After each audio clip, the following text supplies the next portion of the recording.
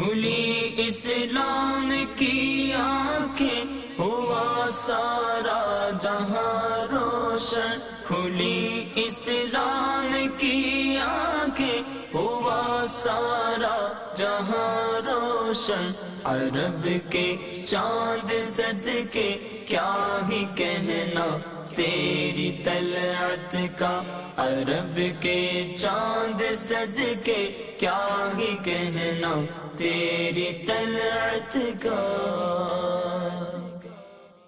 الحمدللہ رب العالمین والصلاة والسلام علی سید الانبیاء والمرسلین، اما بعد فاعوذ باللہ من الشیطان الرجیم، بسم اللہ الرحمن الرحیم، الصلاة والسلام علیک یا رسول اللہ وعلی آلک واصحابک یا حبیب اللہ، الصلاة والسلام علیک یا نبی اللہ وعلی آلک واصحابک یا نور اللہ۔ سرکار مدینہ قرار قلب و سینہ، فیض گنجینہ، صاحب معطر و معمبر پسینہ، باعث نزول سکینہ صلی اللہ تعالی علیہ وآلہ وسلم کا فرمان رحمت نشان ہے، جس کا مفہوم کچھ یوں ہے کہ جو مجھ پر ایک بار درود پڑھتا ہے، اللہ تبارک و تعالی اس پر 10 رحمتیں نازل فرماتا ہے۔ اللہ تبارک و تعالی کی رحمت میں سے جسے حصہ نصیب ہو جائے وہ کتنا خوش بخت ہے، کیسی برکت ہے، کیسی عنایت ہے۔ فقط ایک مرتبہ درود پاک پڑھیے اور اللہ تبارک و تعالی کی 10 رحمتیں حاصل کیجیے۔ صلو علی الحبیب صلی اللہ تعالی علی محمد صلی اللہ تعالی علیہ وآلہ وسلم۔ سلسلہ فیضان اسلام انشاءاللہ عز و جل آج بھی ہم اپنے بڑے ہی اہم موضوع کو کچھ دیر کنٹینیو رکھیں گے، جو ہمارا سابقہ موضوع تھا، اور اس کے بعد کچھ سلام و مصافحہ کے حوالے سے بھی آج گفتگو کریں گے۔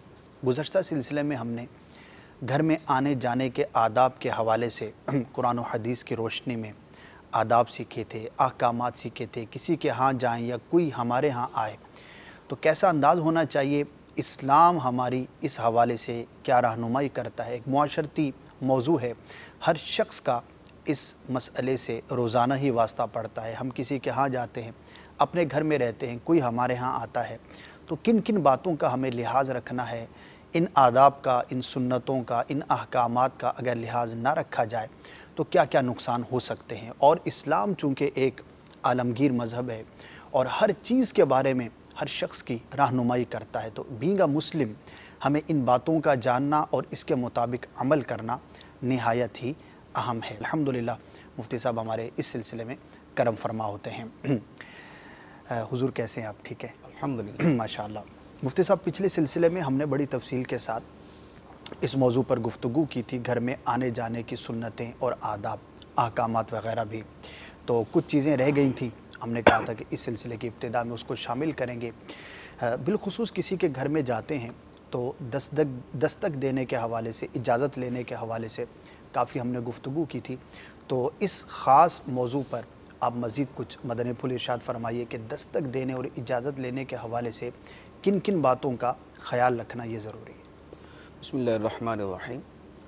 کسی کے گھر جانے پر جب دستک دیں تو اس میں بھی متعدد آداب ہیں، جن میں کچھ کا بیان احادیث مبارکہ میں ہے اور کچھ کا بیان قرآن پاک کے اندر موجود ہے، اور اس میں ضمنی طور پر تو کئی چیزیں عرض کی تھیں، دوبارہ کچھ چیزیں عرض کرتا ہوں۔ ایک بات تو یہ ہے کہ جب کسی کے گھر جا کر دروازہ کھٹکھٹائیں تو اس قدر زور کے ساتھ نہ کھٹکھٹائیں کہ گھر والا بالکل گھبرا جائے۔ جس طرح نارمل انداز میں ہونا چاہیے اسی انداز میں کیا جائے، تو بہت زیادہ جو ہے وہ زور سے کھٹکھٹانا یا بیل دینے کے اندر انداز جو ہے وہ غلط ہو، بہت زیادہ بیل دی جائے تو یہ بھی نامناسب انداز ہے۔ اس کا میں نے پہلے بھی عرض کیا تھا۔ جی، صحابہ کرام کی عادت مبارکہ یہ تھی کہ نبی کریم صلی اللہ علیہ وآلہ وسلم کی بارگاہ میں جب حاضر ہوتے، آپ کے دروازے پر آتے، تو آپ کا دروازہ ناخنوں کے ساتھ کھٹکھٹایا کرتے تھے، اچھا، ناخنوں کے ساتھ۔ اب اس میں ایک تو پہلو نبی کریم صلی اللہ علیہ وآلہ وسلم کی تعظیم کا ہے، تو اس اعتبار سے تو یہ تخصیص ہے، یہ خصوصیت ہے کہ سرکار علیہ الصلوۃ والسلام کا دروازہ مبارک اتنی آہستہ آواز میں کھٹکھٹایا گیا۔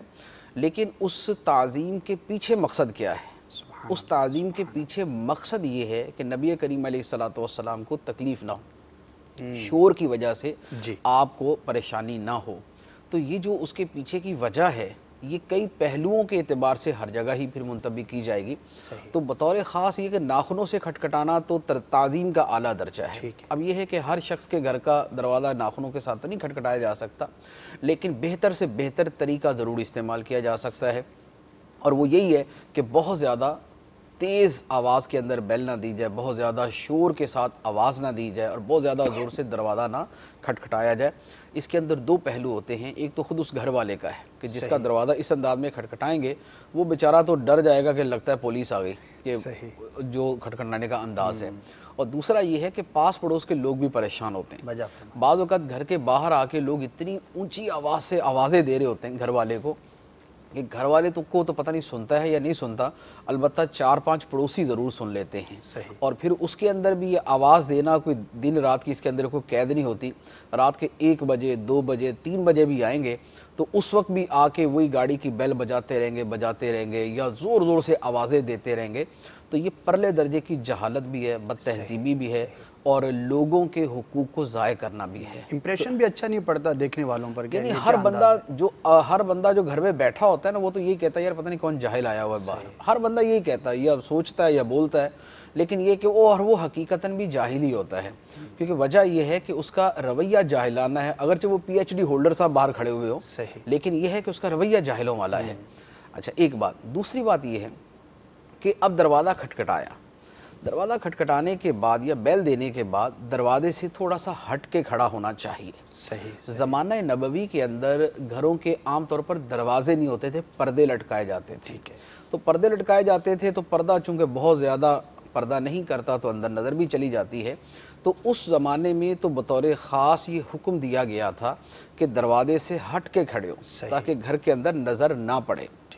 لیکن ہمارے زمانے کے اندر بھی یہ چیز تو بہرحال ہر بندہ سمجھ سکتا ہے کہ اگر کسی کے گھر کا دروازہ کھٹکھٹائیں گے اور اس کے بالکل سامنے کھڑے ہوں گے، اب گھر چھوٹا سا ہوتا ہے، فیملی کا آنا جانا ہوتا ہے، گھر میں 50 چیزیں ہوتی ہیں، تو دروازہ جیسے ہی کھلے گا تو جس نے دروازہ کھولا اس پر بھی نظر پڑے گی، اور اس کے ساتھ جو اندر کا ماحول ہے یا جو اندر افراد ہیں ان کے اوپر بھی نظر پڑے گی. اب بعض اوقات دروازہ کھولنے کے لیے کوئی عورت آتی، کھٹکھٹانے والا مرد ہوتا ہے، تو اور یا پھر یہ ہے کہ نظر پڑتی ہے تو اندر بے پردگی ہوتی ہے. تو لہذا دروازہ کھٹکھٹا کے اس طرح سائیڈ میں ہو جائیں کہ اگر کوئی دروازہ کھولے، خواہ بچہ جیسے غلطی سے آ کے، عام طور پہ بچے تو ایسے ہی کھول دیتے ہیں، پورے دروازہ کھول دیں، بچے کھول دیں تو کم از کم چلے ان کی طرف سے اگر بچے نے غلطی کر بھی لی ہے تو آدمی سائیڈ میں کھڑا ہو تاکہ اس کی گھر کے اندر نظر نہ پڑے. اور بعض اوقات پھر گھر والوں کو یہ بہت برا بھی لگتا ہے کہ بھائی اس کو تمیز نہیں ہے، دروازے سے تھوڑا سا ہٹ کے کھڑا ہو جائے. بڑی اہم بات ہے. لہٰذا اس بات کا خیال کیا جائے.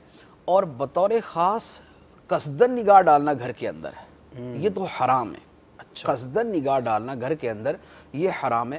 نبی کریم صلی اللہ علیہ وآلہ وسلم نے ارشاد فرمایا کہ جس نے گھر میں نگاہ ڈالی وہ گھر میں داخل ہی ہو گیا.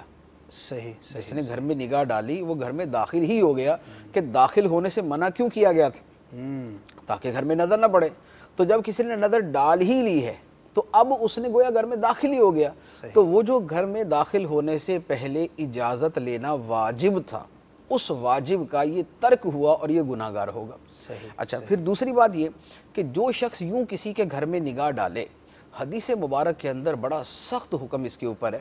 یعنی ایک صحابی نے اسی طرح کی کوئی بات کہی کہ میں نے آپ کو جو ہے وہ دیکھ لیا تھا، میں نے گھر میں جان کر دیکھ لیا تھا. تو نبی کریم علیہ الصلوۃ والسلام نے فرمایا کہ اگر مجھے پتہ ہوتا تو میں تمہاری آنکھ پھوڑ دیتا. تمہاری آنکھ میں کوئی نوک والی چیز مار کے تمہاری آنکھ پھوڑ دیتا. اور ایک دوسری حدیث مبارک ہے، اس میں فرمایا گیا کہ اگر کوئی شخص کسی کے گھر میں جھانکے اور گھر والا کوئی چیز مار کے اس کی آنکھ پھاڑ دے تو اس کے اوپر کوئی دیت اور تاوان نہیں. یہ حدیث مبارک. لیکن یہ حدیث وعید کے طور پہ ہے. فقہی احکام جو ہیں وہ اس کے حوالے سے کچھ مختلف ہیں، وہ بہت ساری حدیثوں کو سامنے رکھ کے لکھے جاتے ہیں. لیکن یہ ہے کہ اس قدر سخت انداز کے اندر فرمایا گیا کہ کوئی کسی کے گھر میں قصدن نگاہ ڈالے تو اس کا قصدن نگاہ ڈالنا جو ہے یہ حرام و ناجائز بھی ہوگا، اور اس کے بارے میں اس انداز کے اندر وعیدات بھی بیان کی گئی ہیں. اچھا یہ ہے دوسری بات. تیسری بات یہ ہے کہ اب جیسے گھر والے آئے، گھر کا کوئی فرد آیا، وہ آ کے پوچھتا ہے کون.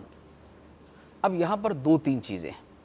پہلی بات تو یہ ہے کہ اب جب گھر والوں نے پوچھ لیا یا پتہ چل گیا کہ دروازے پر کوئی آیا ہے، جیسے بعض اوقات لیڈیز آ جاتی ہیں، اب لیڈیز آتی ہیں تو وہ پوچھتی نہیں ہے کون، ان کے قدموں کی آہٹ سے یا دروازہ ہلانے سے پتہ چل جاتا ہے کہ کوئی گھر کے دروازے کے قریب اندر سے آیا ہے تو میں اس کو بتا دوں کہ میں کون ہوں. تو لہذا لیڈیز اگر آئیں تو پھر ان کو جو ہے وہ ان کو بولنے کا جو ہے وہ نہ مجبور کرے کہ وہ بول کر ہی پوچھے کہ کون.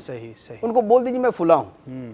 اگر کوئی مرد آیا اور وہ پوچھتا ہے کہ کون، دونوں صورتوں میں کہ اب کوئی کسی عورت نے پوچھا یا کسی مرد نے پوچھا، آگے سے خاموش نہ ہو جائیں. اچھا، بعض کے ساتھ یہ عجیب و غریب مسئلہ ہوتا ہے کہ گھر والوں نے دروازہ کھٹکھٹا کے پوچھا کون، صاحب خاموش کھڑے ہیں. صحیح. کون، خاموش کھڑے ہیں.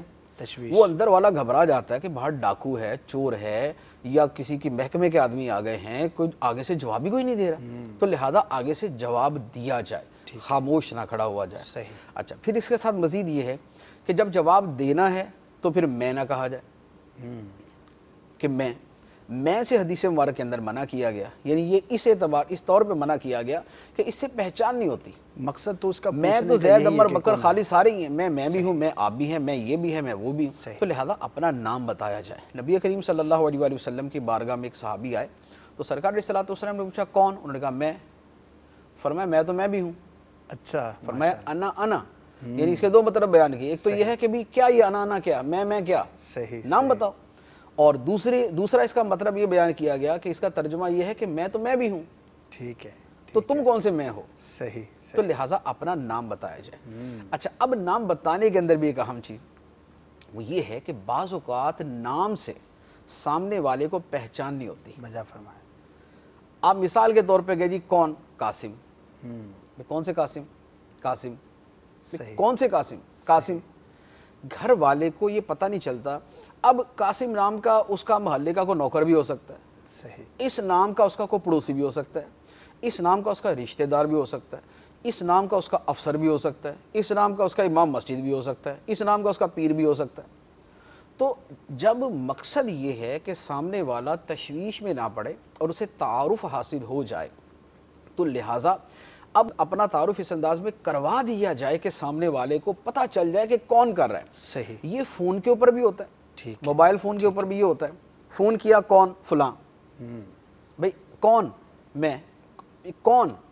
وہ نام ہی بولتا رہتا ہے. سامنے والا کہتا ہے بھائی آپ کے آگے پیچھے بھی کچھ ہے. صحیح. آپ کون ہیں میں نہیں جانتا، میں آپ سے بات نہیں کرنا چاہتا. اور یہ اتنی مرتبہ ہوتا ہے. اچھا، اب اس کو مصیبت یہ ہے کہ اس کو عاجزی کا نام دے کر، یعنی مثال کے طور پہ میں کسی سے بات کروں گا، میں فون پہ بات کر رہا ہوں، میں کسی کا دروازہ کھٹکھٹایا، کون؟ قاسم. نہیں جی کون سے قاسم. کون؟ قاسم. لیکن اگر میں پہلی مرتبہ میں بول دوں نا کہ دارالافتاء سے قاسم، جی، وہ فوری طور پہ پہچان جائے گا. اب نہ تو میں بعد میں غصے کے اندر بیٹھا ہوں گا یار مجھے پہچانا ہی نہیں. صحیح. نہ اس بیچارے کو 4 مرتبہ پوچھنے کی حاجت پڑے گی. تو لہذا اپنا تعارف پہلی مرتبہ کے اندر ایسا کروا دیا جائے، ایسا ریفرنس اس میں ڈال دیا جائے کہ اس کو پتہ چل جائے. میرے ساتھ ایک مرتبہ ایک بہت بڑے شخص کسی کے ہاں گئے، کسی سے ملنے کے لیے گئے. اچھا. اب وہ تھا انٹرکام کا بٹن دبایا، انہوں نے جی کون، انہوں نے اپنا نام بتا دیا، میں فلاں. انہوں نے کہا کون؟ فلاں. صحیح. کون؟ وہ نام ہی 4 مرتبہ. میں نے ان سے کہا، میں نے کہا بھائی صاحب آپ تھوڑا سا سائڈ میں ان کو بتاتا ہوں کون. صحیح. میں نے ان کو ڈائریکٹ ان کو کہا کہ بھی دارالافتاء سے قاسم آیا. صحیح. اچھا ٹھیک ہے. اب وہ 1 منٹ کے اندر نیچے آ گئے. میں نے کہا آپ آدھا گھنٹہ بھی کھڑے رہیں گے نا، وہ آپ کے لیے دروازہ نہیں کھولیں گے اور پریشان جدا ہوں گے.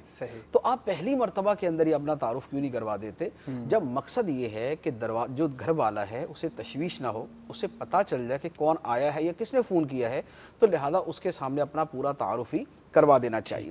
تو لہذا پورا تعارف کروایا جائے. اچھا، پھر ایک بات یہ بھی ہے کہ یہ عربی چونکہ حدیث مبارک کے اندر موجود ہے، اس لیے میں اس بات کو بیان کر رہا ہوں. اردو کے اندر میرے ذہن میں اس کی کوئی مثال نہیں آئی، لیکن ہو سکتا ہے کہ بہت ساری مثالیں ہوں. وہ یہ ہے کہ گھر میں داخل ہونے کے لیے اب جو اجازت مانگے جی اس کے الفاظ مہذب ہونے چاہیے. اچھا. حدیث مبارک ہے کہ ایک شخص حاضر بارگاہ ہوئے تو نبی کریم علیہ الصلوۃ والسلام نے اب انہوں نے جو اجازت لی، انہوں نے عربی زبان کے اندر اجازت لی. آلیجو کا مطلب ہمارے اردو زبان میں اسی اگر لینگویج کے اندر ہم کریں تو وہ بنتا ہے کہ کیا میں گھساؤں. صحیح.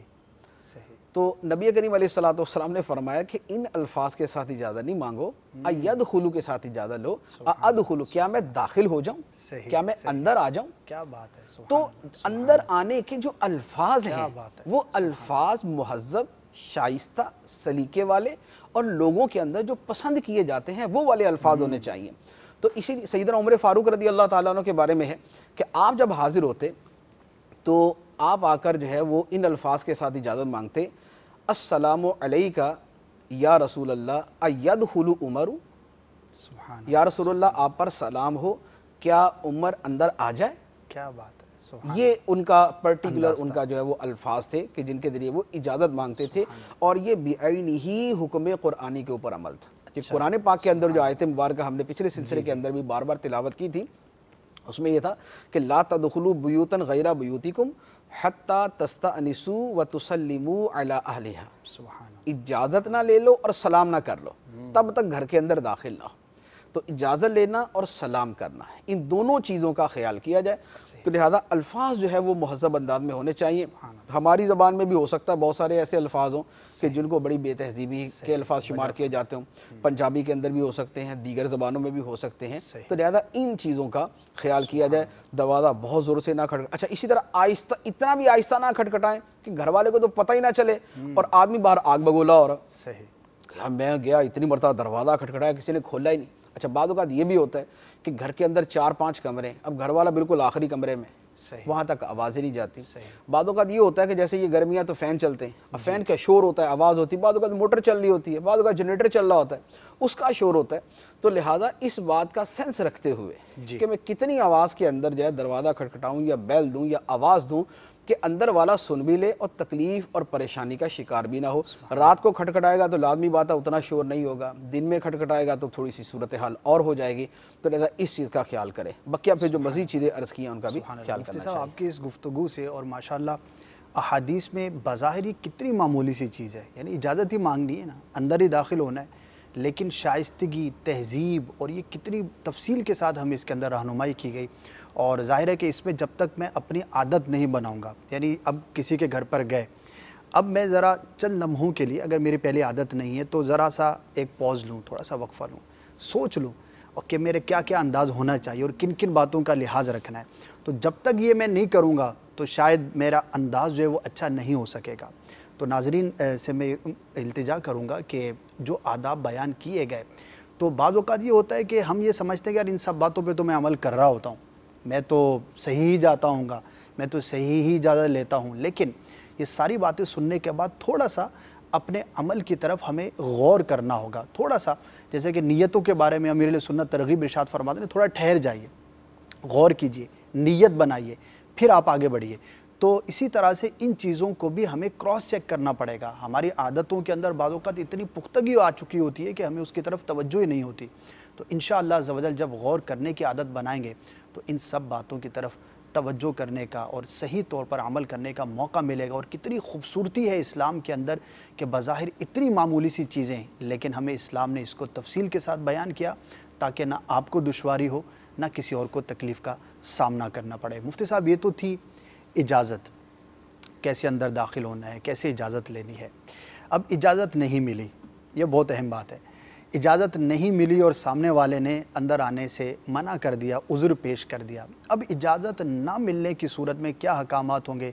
اس صورت کے اندر جو شخص آیا ہے اس کے لیے کیا آداب ہیں اور منع کرنے والے کے لیے کیا آداب؟ دیکھیں اجازت نہ ملنا دو صورتوں میں ہے۔ ایک تو گھر والا صاف کہہ دے کہ میں ابھی نہیں مل سکتا، جی ٹھیک ہے، آپ چلے جائیے پھر آ جائیے گا۔ اگر یہ کہا جائے تو یہ تو سیدھا حکم قرآنی ہے کہ اس پر اب جو ملنے کے لیے آنے والا ہے وہ اس کے اوپر عمل کرے۔ یعنی قرآن پاک کی آیت مبارکہ کے اندر یہ فرما دیا گیا کہ وَإِن قِيلَ لَكُمُ ارْجِعُوا فَارْجِعُوا هُوَ أَزْكَىٰ لَكُمْ، اگر تمہیں کہا جائے کہ لوٹ جاؤ تو تم لوٹ جایا کرو، یہ تمہارے لیے زیادہ پاکیزہ ہے۔ اور یہ بارہا ہوتا بھی ہے۔ میں نے اس آیت مبارکہ کی تفسیر کے اندر ایک بڑا خوبصورت واقعہ پڑھا کہ کچھ بزرگان دین تھے، وہ کہتے تھے کہ ہم پوری زندگی اس بات کی تمنا کرتے رہے کہ ہم کسی کے گھر جائیں اور جا کر کہیں کہ بھائی میں آپ سے ملنا چاہتا ہوں، اور وہ ہمیں کہے کہ واپس لوٹ جب میں ابھی نہیں مل سکتا تو ہم واپس آ جائیں، اللہ، تاکہ تاکہ اس حکم قرآنی پر ہمارا عمل ہو جائے۔ کیا جذبہ ہے، سبحان اللہ، کیا کیونکہ ہوتا تو یہ نا کہ بزرگ آدمی جائے گا تو کوئی کبھی اس کو منع ہی نہیں کرتا، وہ جب بھی جائے گا تو گھر والا جیسے مرضی مجبور ہو اس کو ملاقات کرتا ہی کرتا ہے۔ تو سلف صالحین یہ فرماتے تھے کہ ہمارا دل کرتا ہے کہ ہم کسی کے گھر جائیں اور گھر والا ہمیں یہ کہے ارجعوا، لوٹ جاؤ، تو ہم قرآن کے حکم فرجعو کے اوپر عمل کریں کہ ہم لوٹ آئیں تاکہ اس حکم قرآنی پر ہمارا عمل ہو جائے، ہم پوری زندگی اس کی تمنا کرتے ہیں۔ کیا بات ہے، کیا بات۔ تو یہ چیز جو ہے یہ واقعی ذہن کے اندر ہونی چاہیے۔ بعض اوقات بڑے نمازی پرہیزگار یا دنیا داروں کے اندر خیر زیادہ ہوتا ہے، نمازی پرہیزگار میں تو تب بھی کچھ خوف خدا ہوتا ہے، یعنی دنیاوی افسر ہے، کوئی چودھری صاحب ہیں، کوئی جناب اور کوئی جناب سیاسی اس کا منصب ہے، سوال ہی پیدا نہیں ہوتا کہ وہ اس کے اوپر جناب وہ دل کے اندر برا منائے بغیر واپس آ جائے، وہ تو ویسے بعد میں بندے بیچ کو اٹھوا لے گا، یعنی اس طرح کی نوعیت ہوتی ہے۔ لیکن حکم قرآنی وہی ہے کہ اگر کہا جائے کہ لوٹ جا تو لوٹ جایا کرو، یہ تمہارے لیے زیادہ پاکیزہ ہے۔ اور وجہ بڑی صاف ظاہر ہے، بعض اوقات گھر والے کے ملنے کا موڈ نہیں ہوتا، بڑے اہم کام میں مصروف ہوتا ہے، اس کی دیگر اس کی ضروریات ہوتی ہیں، کوئی بھی چیز ہو سکتی ہے۔ اچھا پھر اس کے اندر خاص طور پہ جو تھوڑے سے یعنی جو مصروف لوگ ہیں، جو مصروف لوگ ہیں ان کے وقت کا خیال کرنا اتنا ضروری ہے کہ یعنی یہ سمجھ نہیں آتا کہ لوگوں کو کیسے سمجھایا جائے کہ جو آدمی انتہائی مصروف ہے، اچھا اب وہ اگر بڑا بن گیا تو وہ بڑا اسی لیے بنا کہ اس نے یہ محنت کی اور وقت ضائع نہیں کیا، اب پوری قوم اس کا وقت ضائع کرنے کے لیے پہنچی ہوئی ہوتی ہے۔ تانا یہی ہوتا ہے مفتی صاحب، ہاں بڑے آدمی بن گئے نا، اب بڑے ہمارے آدمی پاس بن کام گئے ہی لوگ تو ہیں۔ بھائی وہ بڑا آدمی اسی لیے تو بنا تھا کہ آپ لوگوں سے نہیں ملا، یعنی وہ وقت بچا کر اور وہ فضولیات اور لغویات کے اندر اس نے اپنا وقت ضائع نہیں کیا اور وہ یہاں پہنچا۔ اب وہ یہاں پر برقرار رہنا چاہیے یا نہیں رہنا چاہیے؟ اگر وہ دوبارہ آپ لوگوں سے ملنا شروع کر دے گا وہ وہیں پہنچا ہوا ہوگا دوبارہ۔ لہٰذا الیک سلیک کرنا، مل لینا، کبھی کبھار ملاقات کر لینا یہ تو ٹھیک ہے، لیکن اب 2-3 گھنٹے کسی کے سر کے اوپر سوار ہو جائیں گے اور وہ بھی آگے سے مصروف آدمی، تو آپ تو فارغ ہو، وہ تو فارغ نہیں ہے۔ صحیح۔ تو دوسرے کے کام کا حرج اتنا شدید ہوتا ہے، اس لیے جب کوئی یہ کہہ دے کہ یا تو یعنی جیسے یا تو منع کر دے، اب جیسے یہاں پر ایک اور اس سے آگے کی چیز آتی ہے، ایک تو یہ ہے کہ منع کر دیا کہ میں آپ سے نہیں مل سکتا، اگرچہ اس کو بڑا سخت مائنڈ کیا جاتا ہے کہ یار ملنے سے انکار کر دیا، لیکن یہ اصلاً جو ہے یہ قابل حرج کوئی چیز نہیں۔ دوسری بات یہ ہے کہ بعض اوقات یہ بھی ہوتا ہے کہ جس سے ملنے آئیں اگر کوئی وہ مصروف آدمی ہے، خواہ وہ دنیاوی افسر ہے یا وہ کوئی دینی آدمی ہے، وہ آنے والے کو ویسے ہی بول دیتا ہے کہ آپ 5 منٹ یا 10 منٹ یا 15 منٹ جو ہے نا وہ آپ کو میں دیتا ہوں، آپ بیٹھے تشریف رکھیں۔ جی اچھا دنیا کے اندر جتنے بھی کامیاب لوگ ہیں ان کا طریقہ یہی ہوتا ہے صحیح کہ ہمیشہ وہ ملاقاتی کو فکس ٹائم دیتے ہیں۔ آپ دنیا کے صدور جو ہوتے ہیں نا، یعنی پریزیڈنٹ جو ہوتے ہیں، ان کا ہمیشہ ٹائم اس انداز کے اندر ہوتا ہے۔ اچھا یہ انداز کیوں ہوتا ہے؟ کیا دنیا میں پریزیڈنٹ کو ہی کام ہوتے ہیں یا پرائم منسٹر کو ہی کام ہوتے ہیں؟ دوسرے کسی کو کام نہیں ہوتے، سب کو کام ہوتے ہیں، یعنی جو بھی مصروف آدمی اس کو کام ہوتا ہے۔ اگر وہ یہ کہتے ہیں نا کہ آپ 15 منٹ کے بعد آپ اٹھ جائیے گا ورنہ پھر میں ہی آپ کو اٹھا دوں گا، صحیح، تو پھر اگلا مرحلہ یہ ہوتا ہے۔ لہذا اگر کسی سے ملنے جائیں، کوئی مصروف آدمی ٹائم دے بھی دے تو بعض کا سامنے والا ظاہر نہیں کرتا کہ میں بڑا مصروف ہوں، مروت کے اندر وہ جانے نہیں والا جو کہہ ہے نہیں پاتا۔ خود اس کو خیال کر لینا چاہیے۔ یعنی اب مثال کے طور پہ جیسے امیر اہل سنت کے پاس چلے جائیں، صحیح اب فجر کے بعد چلے جائیں، وہ پوری رات بھی جاگے ہوتے ہیں، صحیح وہ فجر کے بعد بھی وہ تھکے آرے بیٹھے، لیکن مجھے نہیں یاد پڑتا اگر میری بلا مبالغہ سینکڑوں ملاقاتیں ہوئی ہیں، کبھی ایسا نہیں ہوا کہ ایسا نے یہ فرمایا کہ بھئی میں تھک گیا ہوں آپ چلے جائیں۔ صحیح اخلاق ہے، مروت ہے، بزرگی ہے، ایک جو اللہ تعالیٰ نے ایک شفقت نرمی عطا فرمائی ہے، لیکن اب جانے والے کو تو کچھ شرم کر لینی چاہیے کہ اگر وہ بزرگ تمہیں اٹھنے کا نہیں کہہ رہے تم تو اٹھ جاؤ کم از کم۔ تو لہذا یہ کسی بھی مصروف آدمی کے پاس جائیں، اس کے وقت کا خیال جو ہے وہ لازمی طور پہ رکھنا چاہیے۔ بعض اوقات تو جو ہے وہ جو مصروف آدمی ہوتے ہیں وہ خود بھی دائیں بائیں دیکھنا شروع کر دیں گے، کبھی کچھ کرنا شروع کر دیں گے، کبھی کچھ کرنا شروع کر دیں گے، مقصد یہ ہوتا ہے کہ یہ قبلہ تشریف لے جائیں، واپس اٹھ کے چلے جائیں، لیکن وہ بیٹھے ہوتے ہیں نہیں اٹھتے۔ تو ایک تو یہ ہے کہ اجازت، یہ اس سے بات چلی تھی کہ اجازت مانگے اور گھر والا منع کر دے۔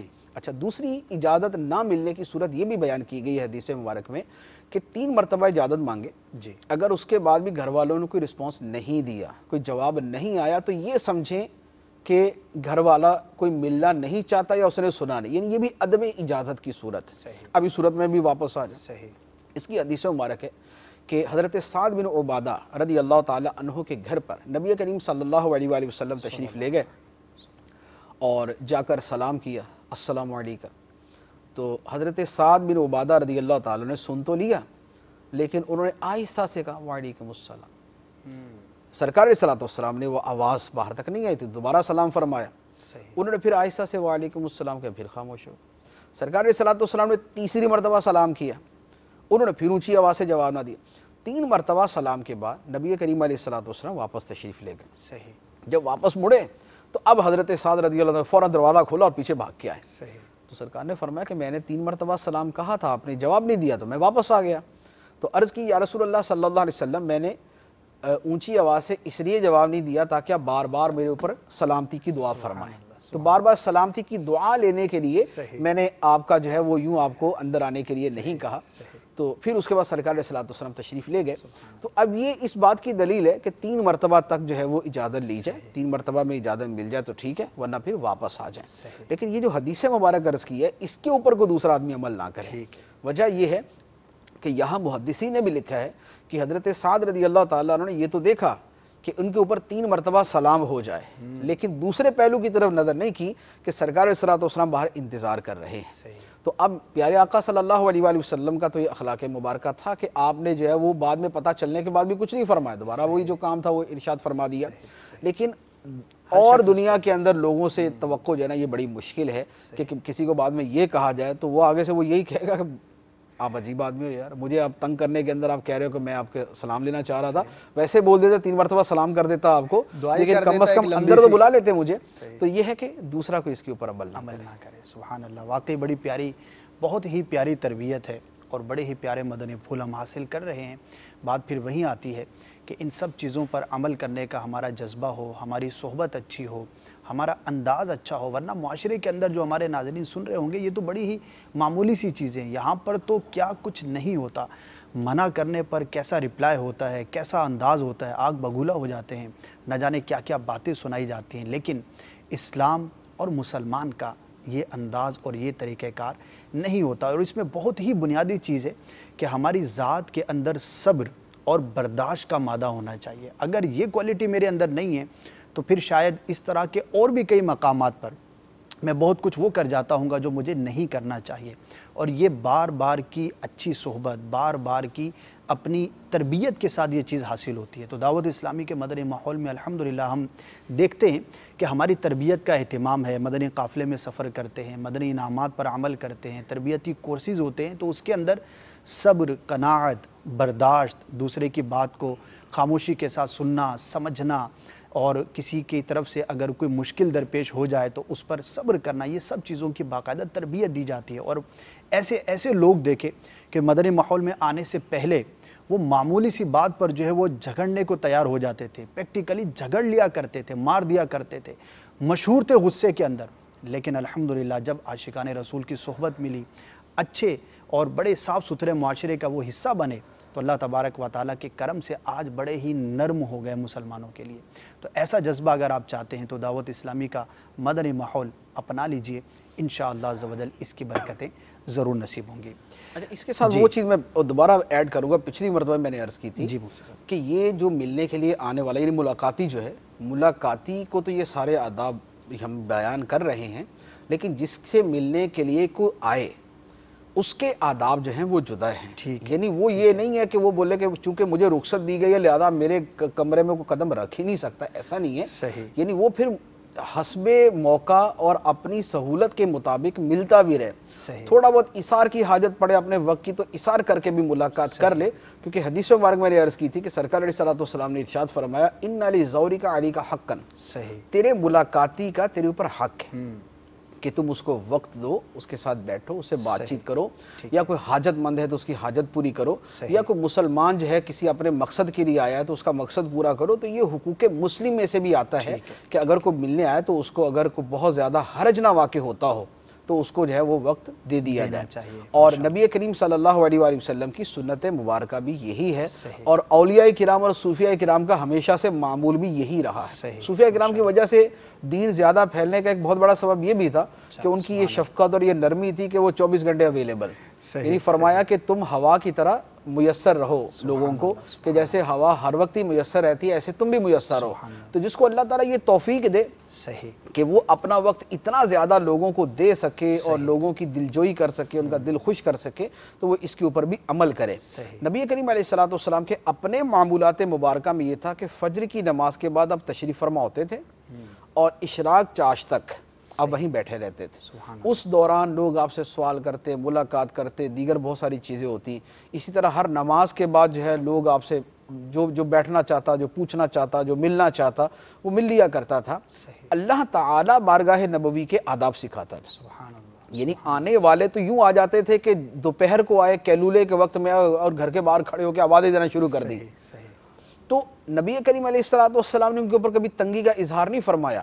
اللہ تعالیٰ نے فرمایا ان الذین ینادونک من وراء الحجرات اکثرهم لا یعقلون, کہ اے محبوب تمہیں جو حجروں کے باہر سے آوازیں دیتے ہیں اکثر بے عقل ہیں. تو اللہ تعالیٰ آداب سکھاتا تھا اور صحابہ کرام اس کے اوپر عمل کرتے تھے. لیکن نبی کریم علیہ السلام کی ذات مبارکہ جو تھی وہ صحابہ کرام کے لیے ہر وقت میسر تھی کہ جب جو حاضر بارگاہ ہونا چاہتا وہ حاضر ہو کے اپنی ضرورت, اپنی حاجت پیش کر دیا کرتا تھا. تو لہذا جس سے ملاقات کے لیے آیا جائے وہ اپنے مینرز کا, وہ اپنے اعتبار سے سنت, آداب, اخلاق اور ان چیزوں کا خیال رکھے. سبحان اللہ. کامن سینس ضرور مد نظر رہنی چاہیے. مفتی صاحب, ملاقات کی بات چل رہی ہے, آنے جانے کی بات چیت ہو رہی ہے. اب جب بھی ہم کسی کے پاس جاتے ہیں یا ہمارے پاس کوئی آتا ہے تو سلام کرنا ایک بڑا ہی بنیادی امر ہے. اس سلام کے حوالے سے کچھ بنیادی احکامات ارشاد فرمائیں, اور سلام کرتے وقت نیت کیا ہونی چاہیے. میں اگر آپ کو سلام کر رہا ہوں تو میں کس نیت سے سلام کروں, اس حوالے سے کچھ مطلب. یہ سلام سے پہلے یہ میسیجز اسی ہماری جو سابقہ موضوع ہے اس کے اعتبار سے کافی سارے میسیجز جمع ہیں. اچھا, اس میں ایک سوال تو یہ ہے کہ کسی کے گھر جائیں تو کتنی دیر بیٹھنا چاہیے. صحیح. اس کا جواب یہ ہے کہ اتنی دیر بیٹھنا چاہیے کہ جتنی دیر کے بعد گھر والا تنگ نہ ہو جائے. ٹھیک ہے. اس کو حرج نہ واقع ہو. جیسے حدیث مبارک میں مہمان کے اعتبار سے فرمایا گیا کہ مہمان میزبان کے ہاں اتنا نہ ٹھہرے کہ اسے گناہ گار کر دے. صحیح. وہ اتنے دن ٹھہرے یا وہ اتنے مطالبات کرے کہ گھر والے اس کی غیبت کے اندر پڑ جائیں کہ یار کون سی مصیبت کے اندر میں پھنس گیا, یہ پتہ نہیں کب جائیں گے. تو اتنے دن ان کے ہاں نہ ٹھہرے, یعنی جن کے ہاں ساتھ ایسا تعلق نہیں ہے ان کے ہاں اتنا نہ ٹھہرے. تو لہذا کسی سے ملنے بھی جائیں تو اتنی دیر ٹھہریں جتنی دیر میں اس کے کام میں حرج واقع نہ. اچھا, اس کے اندر بھی ایک اور چیز ہے. ایک ہے کسی کے گھر جائیں. گھر جانے کے اندر یہ ہوتا ہے کہ ایک آدمی اپنے گھر کے اندر عام طور پہ کوئی بہت مصروف نہیں ہوتا. گھر کے اندر آدمی ذرا گھریلو ہی بن کے رہتا ہے. لیکن کسی کے دفتر میں جائیں, آفس میں جائیں, یا کسی کے کاروباری پوائنٹ پر جائیں, اس کی شاپ پر جائیں, دکان پہ جائیں, وہاں کی صورتحال مختلف ہوتی ہے. نوکری کی جگہ پر آدمی اپنے سیٹھ کا ملازم ہوتا ہے اور اسے اپنا اجارے کا وقت دیے گئے کاموں کے اندر ہی خرچ کرنا ہوتا ہے. وہاں پر اگر کوئی ملاقات کرنے والا آدھا گھنٹہ بھی بیٹھے گا تو اگر سیٹھ کی طرف سے اجازت نہیں ہے یا یہ وقف کا ملازم ہے تو آدھا گھنٹے اس کو اپنے وقت کی کٹوتی کرنی پڑے گی. یعنی آدھے گھنٹے کی تنخواہ لینا اس کے لیے حلال نہیں ہوگا. اچھا, اسی طرح کسی کے کاروباری مرکز پہ جائیں تو بعض کاروباری ایسے ہوتے ہیں کہ جو سارا دن فارغ ہی بیٹھے رہتے ہیں, تھوڑا بہت ان کا کام آیا اور اسی کے اندر سب کچھ کما لیتے ہیں. یعنی جیسے پراپرٹی ایجنٹ ہوتے ہیں یا جس کا گولڈ کا کاروبار ہے, اس طرح کے کاروبار. لیکن کچھ دکاندار وہ ہوتے ہیں کہ جن بیچاروں کو بیٹھنے کی فرصت نہیں ہوتی, پریکٹیکلی انوالو ہوتے ہیں. پریکٹیکلی یعنی جن کی کریانے کی دکان ہے, یہ سپر سٹور ہے, جن کا جنرل سٹور ہے, تو وہ تو ہر وقت بھاگم دوڑ میں لگے. اب وہاں پر اگر کسی کے پاس چلے جائے تو وہاں تو 10 منٹ بھی کسی کے پاس بیٹھنا جو ہے یہ اس کو حرج کے اندر ڈالنے والی بات ہوگی. زیادہ گھر پہ جائیں تو اس کے اعتبار سے خیال رکھیں, دکان پہ جائیں تو اس کے اعتبار سے خیال رکھیں, آفس میں جائیں کسی کے تو اس کے اعتبار سے خیال رکھیں. اور ویسے تو یہی ہے کہ آفس اور یہ کاروبار کی جگہ پہ تو نہ ہی جانا بہتر ہوتا ہے, الا یہ کہ وہ آپ کو دعوت دے کے بلائے کہ آپ تشریف لائیں اور آپ آئیں, آپ ملاقات کریں, تو آدمی سمجھتا ہے کہ اس کو گنجائش ہے تبھی ہے مجھے بلا رہے ہیں. اچھا, دوسرا یہ ہے کہ یہ بیل دینا یا کسی کے گھر کا دروازہ کھٹکھٹانا, اس کے لیے یہ ہے کہ نماز فجر کے لیے کسی کے گھر کی گھنٹی بجا سکتے ہیں. اگر اس نے اجازت دی ہوئی ہے تو بجا سکتے ہیں, اجازت نہیں دی ہوئی تو پھر نہیں بجا سکتے, پھر نہ بجا جائے. میرے خیال میں اپنے ماحول کے اندر بھی یہی ہے کہ گھروں کے بیل نہ بجا, صدائے مدینہ لگانے والے بھی بغیر میگا فون کے صرف آواز لگاتے جائیں اور کسی کے گھر کا دروازہ کھٹکھٹانا اسی صورت میں کرے کہ جب اس نے کہا ہو کہ میرے گھر کا دروازہ کھٹکھٹا دے. اسی طریقے سے ایک تو یہ بیل دینا ہوتا ہے, دوسرا یہ فون کرنا, صبح کال کرنا بھی ہوتا ہے کہ فجر کی نماز کے لیے جگانے کے لیے میسج کرتے ہیں یا مس کال دیتے ہیں. یہ بھی جس نے اجازت دی ہو. ٹھیک ہے, اس کی وجہ یہ ہے کہ مثال کے طور پہ ایک آدمی اذان کے ساتھ ہی کسی کو مس کال دے دے, اس نے اٹھنا ہے جماعت سے 10 منٹ پہلے, 10 منٹ پہلے اٹھ کے وہ 2 منٹ میں وضو کر کے فارغ ہوگا, سنتیں پڑھے گا, جماعت میں شرکت کر لے گا. اب اس کو 45 منٹ پہلے جگانے کی کیا ضرورت ہے؟ اچھا, دوسرا یہ ہے کہ اب چلے ہم یہ کہیں کہ ہم 10 منٹ پہلے ہی بیل دیں گے, بھائی وہ 45 منٹ پہلے اٹھتا ہے, جب وہ پہلے سے اٹھا ہوا ہے تو اب اس کو بیل دینا، اس کو پریشان کرنا، یا اس کے گھر کے بچوں کو جگانے والی بات ہے۔ لہذا جب تک کسی کی صریح اجازت نہ ہو تب تک نہ اس کو بیل دی جائے اور نہ اس کو جو ہے وہ کیا نا اس کے گھر کا دروازہ کھٹکھٹایا جائے۔ اچھا، اس میں پھر ایک اور بات بھی اس میں ایڈ کروں، وہ تھوڑی سی اس سے ہٹ کے ہے، وہ یہ ہے کہ اب کچھ اوقات کا تو ہمیں پتہ ہی ہے کہ بھی فجر سے پہلے لوگ سوتے ہیں، رات 1 بجے آدمی عموماً سویا ہی ہوا ہوتا ہے، لیکن جیسے کراچی کا ماحول ہے، اب کراچی کے ماحول کے اندر یہ ہے کہ بھی ایک بڑی تعداد ہے جو فجر کے بعد سوتی ہے، 10 بجے سو کے اٹھتی ہے، 11 بجے سو کے اٹھتی ہے، ایک بڑی تعداد ہے۔ اب جس وقت کے اندر لوگوں کے بارے میں پتہ ہے کہ یہ فلاں آدمی اس وقت سوتا ہے، اس وقت اس کو کال نہ کی جائے، اس وقت اس کے گھر پہ نہ آیا جائے۔ بعض اوقات کسی آدمی کا وہ جو نیند کا 1 گھنٹہ ڈسٹرب کیا جائے نا، اس سے اس کے اگلے 24 گھنٹے ڈسٹرب ہوتے ہیں۔ اگر میں صبح 9 بجے سو کے اٹھتا ہوں، مجھے اگر کوئی 8 بجے جگا دے گا تو اب میرا مزاج ایسا ہے کہ اس کے بعد میں سارا دن سردردی لے کے بیٹھا رہوں گا، میں ٹیبلٹ کھاتا رہوں گا اور میں نیند میں رہوں گا، میں جمعیہ لیتا رہوں گا، میں یہ کرتا رہوں۔ یعنی یہ بہت سارے لوگوں کی کیفیت ہوتی ہے، لہذا اس چیز کا خیال رکھا جائے کہ کسی کے گھر جائیں یا دروازہ کھٹکھٹائیں تو اس بات کا خیال رکھیں کہ یہ اس کے آرام کا وقت تو نہیں ہے یا کسی خاص اہم مصروفیت کا وقت تو نہیں۔ ایک تو یہ اچھا، ایک اور سوال، اپنے گھر میں بھی دروازہ کھٹکھٹا کر جائیں، اس کا ہم نے بڑی تفصیل سے جواب دیا تھا کہ اپنے گھر میں دروازہ کھٹکھٹا کر جانا چاہیے، لیکن یہاں دروازہ کھٹکھٹانے سے مراد اطلاع ہے۔ دروازہ کھٹکھٹا دیں یا آپ جو ہے تھوڑا سا، یعنی جیسے آپ پہنچے اندر تو اب کیا، جیسے اکیلا ہی گھر ہے، اگر ایک ہی گھر ہے تو اپنے بچوں کو آواز دیتے ہیں تو، یا بچے باہر ہیں تو وہ شور مچا دیتے ہیں، جناب یعنی ابو آ گئے، تو جس سے گھر والوں کو پتہ چل گیا کہ گھر والے آ گئے، تو یہ گویا وہ سارا انہیں اجازت دینے والی صورت ہے۔ یعنی گھر میں، اپنے گھر میں جانا بیسیکلی اطلاع دینا ہے، اجازت کا پہلے اس کے اندر بعد میں آتا ہے اطلاع دینا ہے۔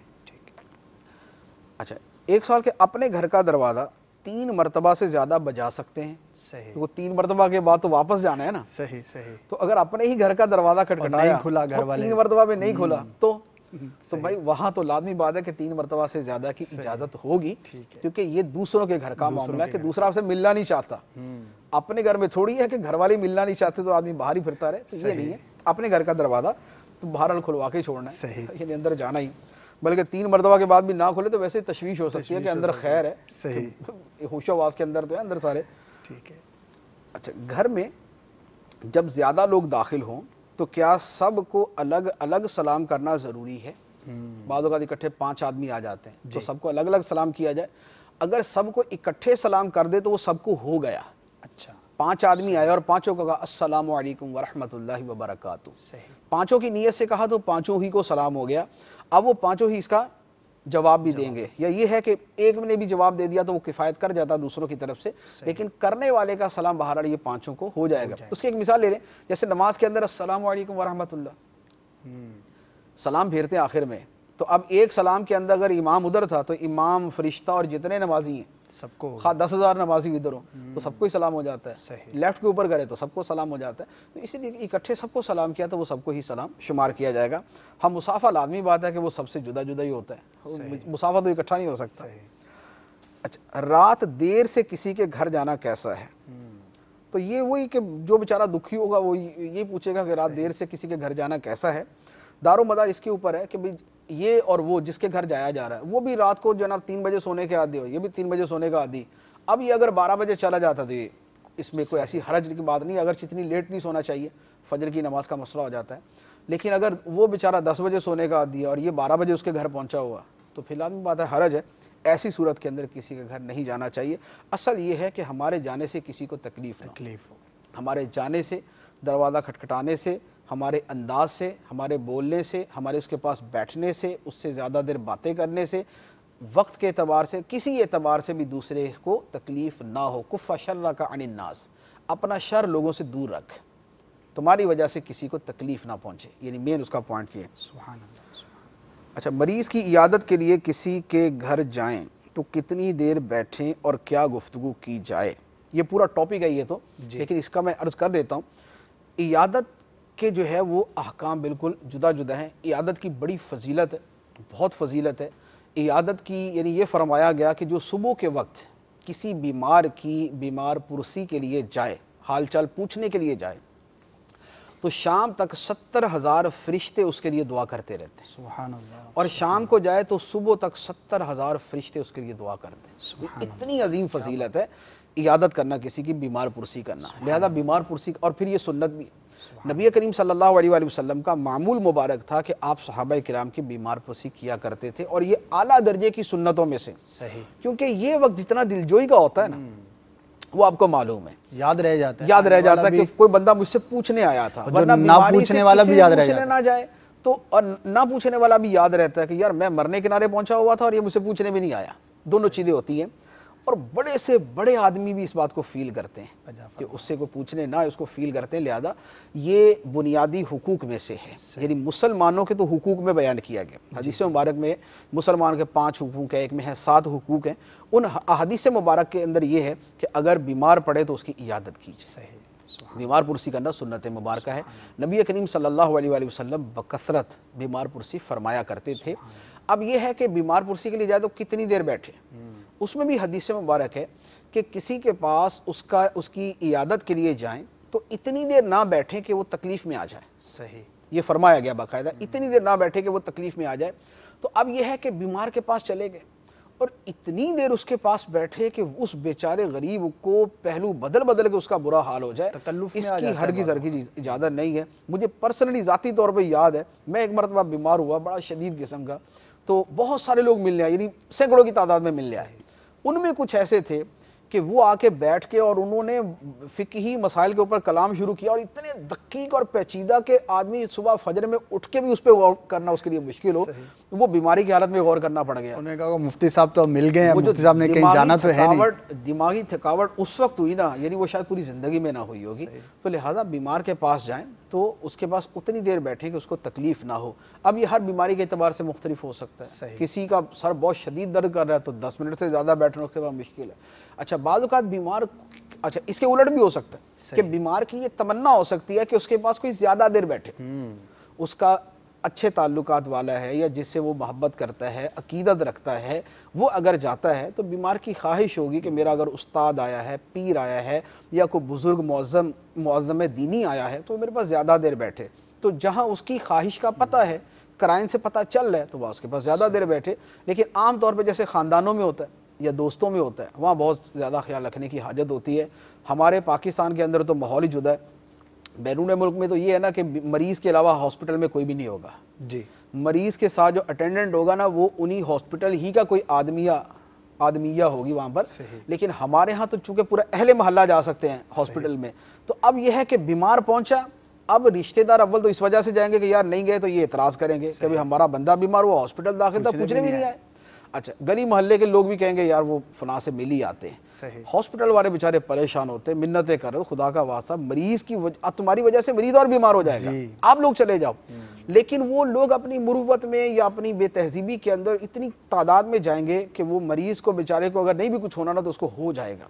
ایون کہ آپ بھلے کارڈیالوجی میں چلے جائیں جہاں دل کے مریض ہوتے ہیں، جس کو یہ کہا ہوتا ہے کہ آپ نے آرام ہی کرنا ہے اور کچھ نہیں کرنا، اس کو جانے والے کہتے ہیں کہ تم نے آرام ہی نہیں کرنا، باقی سارا کچھ کرنا ہے۔ ساری خبریں بھی سنا رہے ہوتے ہیں اس سے حال چال پوچھ، وہ دل کا مریض ہے، اس کو خبریں بھی سنا رہے ہوتے ہیں، اس کو خبریں بھی سنا رہے ہیں، کم ہی بچتے ہیں لوگ اس کے اندر۔ تو یعنی ان چیزوں کا خیال کیا جائے، وقت کا خیال کیا جائے، کس کے پاس کتنی دیر بیٹھنا ہے۔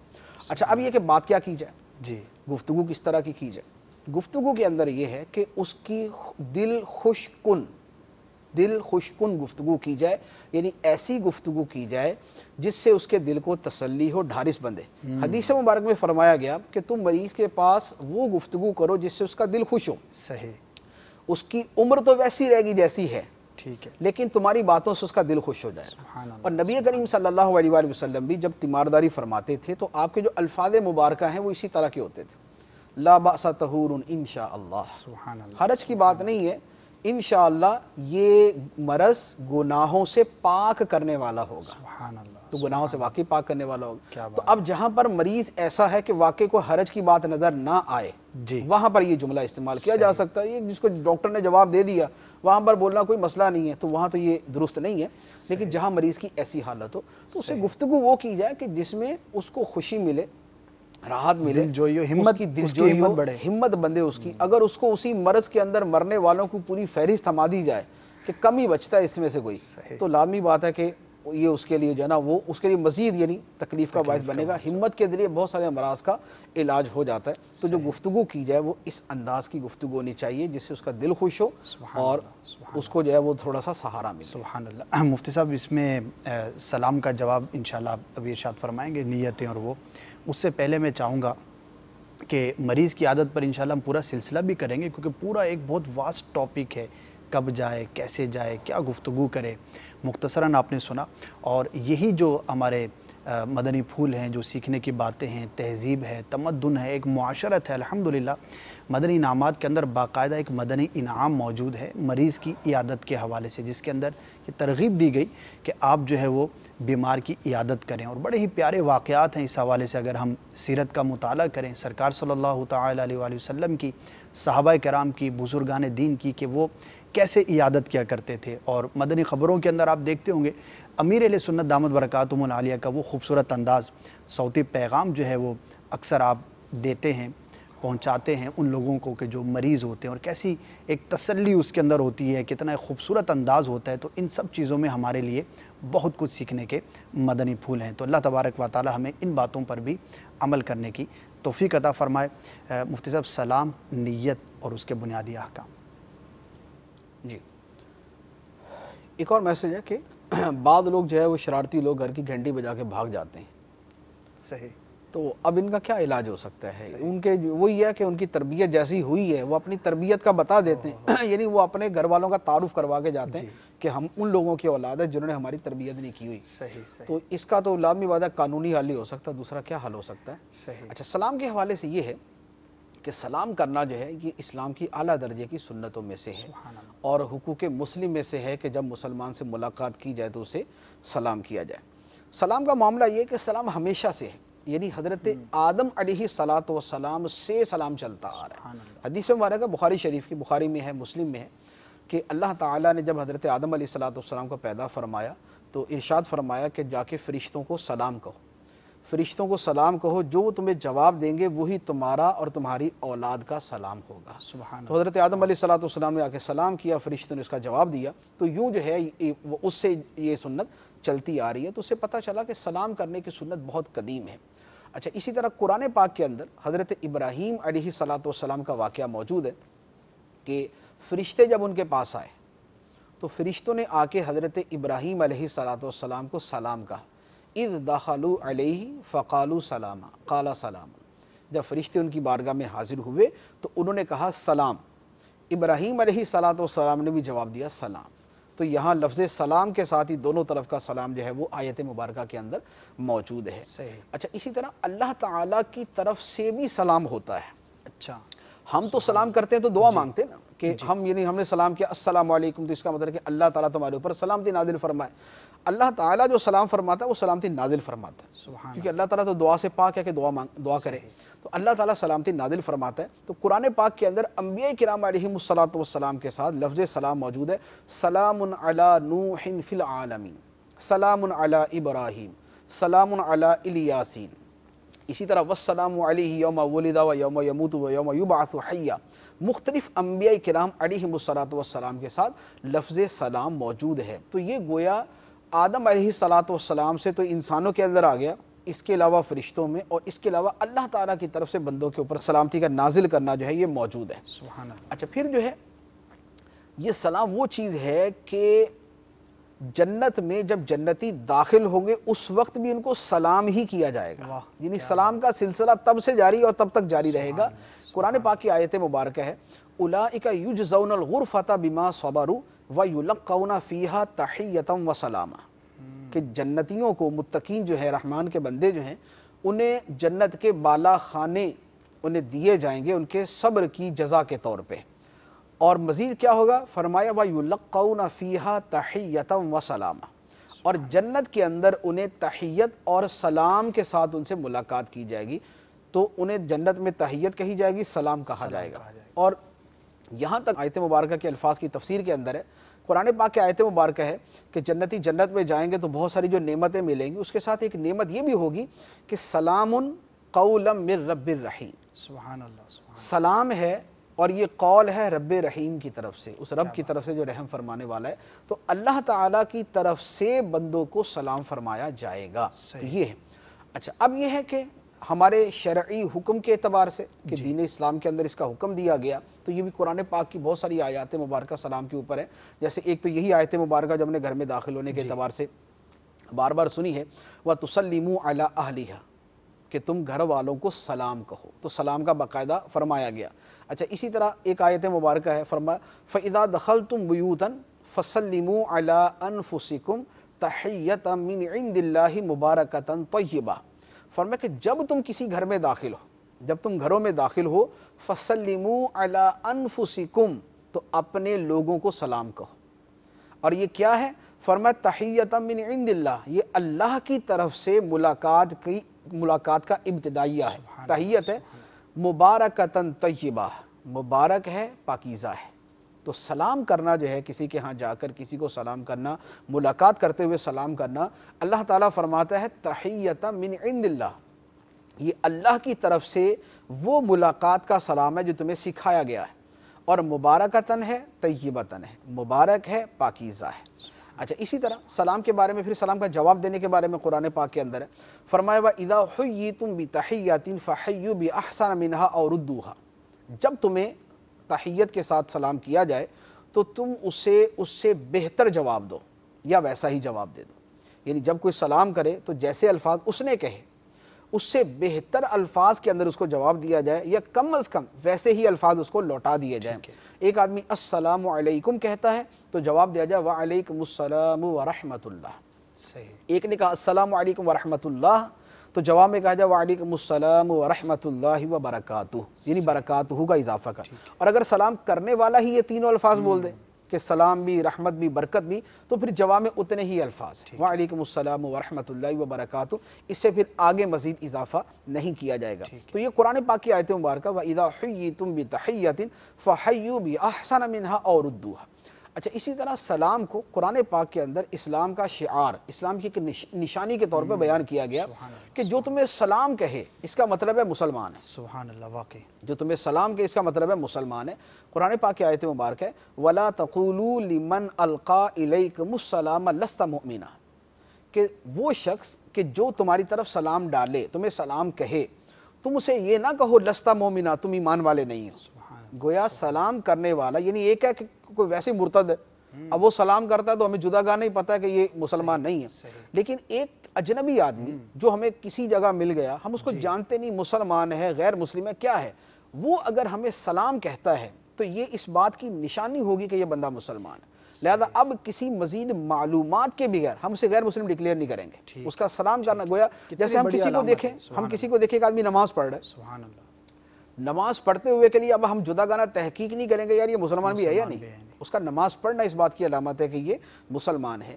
اسی طریقے سے سلام کے الفاظ جو مسلمانوں میں رائج ہیں، السلام علیکم ورحمۃ اللہ وبرکاتہ، یہ باقاعدہ وہ الفاظ ہیں جو کسی کے مسلمان ہونے کی دلیل بنتے ہیں۔ سبحان اللہ، اس لیے آپ دیکھیں مختلف مذاہب کے اندر سلام ان کے اپنے ہیں، صحیح، سلام ان کے اپنے، انہوں نے اپنے اپنے الفاظ ایجاد کیے ہوئے ہیں جن کے ذریعے وہ ایک دوسرے سے ملاقات کرتے ہوئے بات کرتے ہیں، لیکن یہ الفاظ السلام علیکم ورحمۃ اللہ وبرکاتہ یہ مسلمانوں کے علاوہ کہیں اور نہیں ہے۔ کوئی غیر مسلم سیکھ کر کہیں بول دیتا ہے تفنن کے طور پہ یا کسی کا دل خوش کرنے کے لیے، لیکن وہ شاذ صورت ہوتی ہے، ریئر کیسز ہیں وہ، لیکن موسٹلی یہ ہے کہ یہ الفاظ کہنا جو ہے یہ باقاعدہ جو ہے یہ ایک مسلمان ہونے کی علامت ہے۔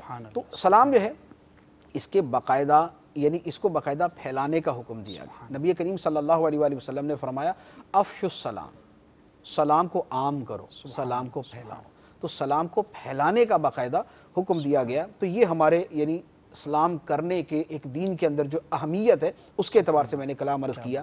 اب نیت کے اعتبار سے جو آپ نے بات کی کہ جب ہم سلام کریں تو ہماری نیت کیا ہونی چاہیے، تو ایک تو اس سے یہ پتہ چلا کہ نیت ہر عمل میں ہونی چاہیے، ٹھیک ہے، نیتوں کے اوپر جیسے ہمارے دعوت اسلامی کے ماحول کے اندر زور دیا جاتا ہے، اس کے پیچھے یہی لاجک ہے کہ نیت جو ہے وہ عمل کے ثواب کو بڑھا بھی دیتی ہے اور اس کی برکت کے اندر اضافہ بھی کر دیتی ہے۔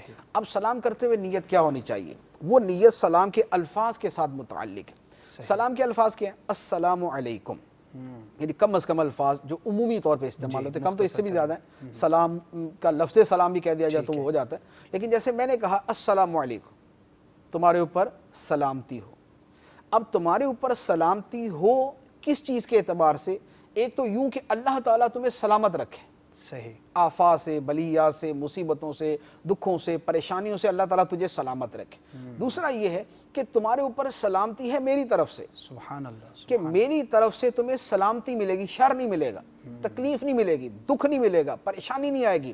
تمہاری جان، تمہارا مال اور تمہاری عزت و آبرو یہ میری طرف سے سلامتی میں ہے۔ کیا بات، میں تمہاری جان کو نقصان نہیں پہنچاؤں گا، میں تمہارے مال کو نقصان نہیں پہنچاؤں گا، میں تمہاری عزت و آبرو کو نقصان نہیں پہنچاؤں گا۔ یہ سلام کے اندر نیت ہونی چاہیے۔ سبحان اللہ۔ اب ہمارے ہاں جتنا سلام عام ہے جی، اس کے پیچھے، اس کے باوجود بھی ہمارے ہاں جو قتل و غارت گری اور یہ وہ سارا کچھ ہے، اس کے پیچھے ایک وجہ یہ بھی ہے کہ سلام کرنے میں جو نیت ہونی چاہیے اس نیت کا فقدان ہوتا ہے۔ صحیح، سلام ایک ایک تو روٹین یہ کے طور پہ سنت کرتے ہیں کی نیت کے طور پہ کر دیا جاتا ہے، مسلمان سے ملے تو سلام کرتا ہے تو ٹھیک ہے اپنے اعتبار سے، لیکن اگر یہ نیت موجود ہو تو اب اس کے بعد یہ نہیں ہو سکتا کہ ایک آدمی کسی کو یہ کہے، نیت کسی کے بارے میں یہ کرے کہ تمہاری جان، مال، عزت و آبرو کو میری طرف سے نقصان نہیں پہنچے گا، اور اس کے بعد پھر اس کی جان، مال، عزت و آبرو کو نقصان بھی پہنچائے۔ صحیح۔ اگر اس نیت کا استحضار کر لیا جائے، یعنی یہ نیت دل کے اندر موجود رکھی جائے سلام کرتے وقت، تو انشاءاللہ عز و جل پھر وہ جو سلام کی حقیقی برکات ہیں پوری کی پوری وہ ملنا نصیب ہو جائیں۔ ماشاءاللہ، ماشاءاللہ۔ مفتی صاحب، بعض لوگوں کی یہ عادت ہوتی ہے کہ صرف اپنے جاننے والوں کو سلام کرتے ہیں، اور اگر کوئی اجنبی ہے جس سے کوئی تعلق نہیں ہے، کوئی واسطہ نہیں ہے، لیکن پتہ ہے کہ ہے تو مسلمان ہی، لیکن چونکہ میرا اس سے کوئی تعلق واسطہ نہیں ہے، میں اس کو زیادہ جانتا نہیں ہوں، تو اس کو سلام نہیں کرتے، تو اس بارے میں کیا حکم ہے کہ کیا صرف سلام اسی کے لیے کہ جو ملنے آیا میرے پاس یا میرا جاننے والا ہے، یا ہر اجنبی شخص کو بھی سلام کیا جائے گا؟ دیکھیں سلام جو ہے یہ حق کے جان پہچان نہیں ہے، حق کے مسلمان ہے۔ سبحان اللہ، مسلمان کا یہ حق ہے کہ اسے سلام کیا جائے، لہذا جو بھی مسلمان ملے، خواہ اسے آدمی جانتا ہو یا نہ جانتا ہو، اسے سلام کرے۔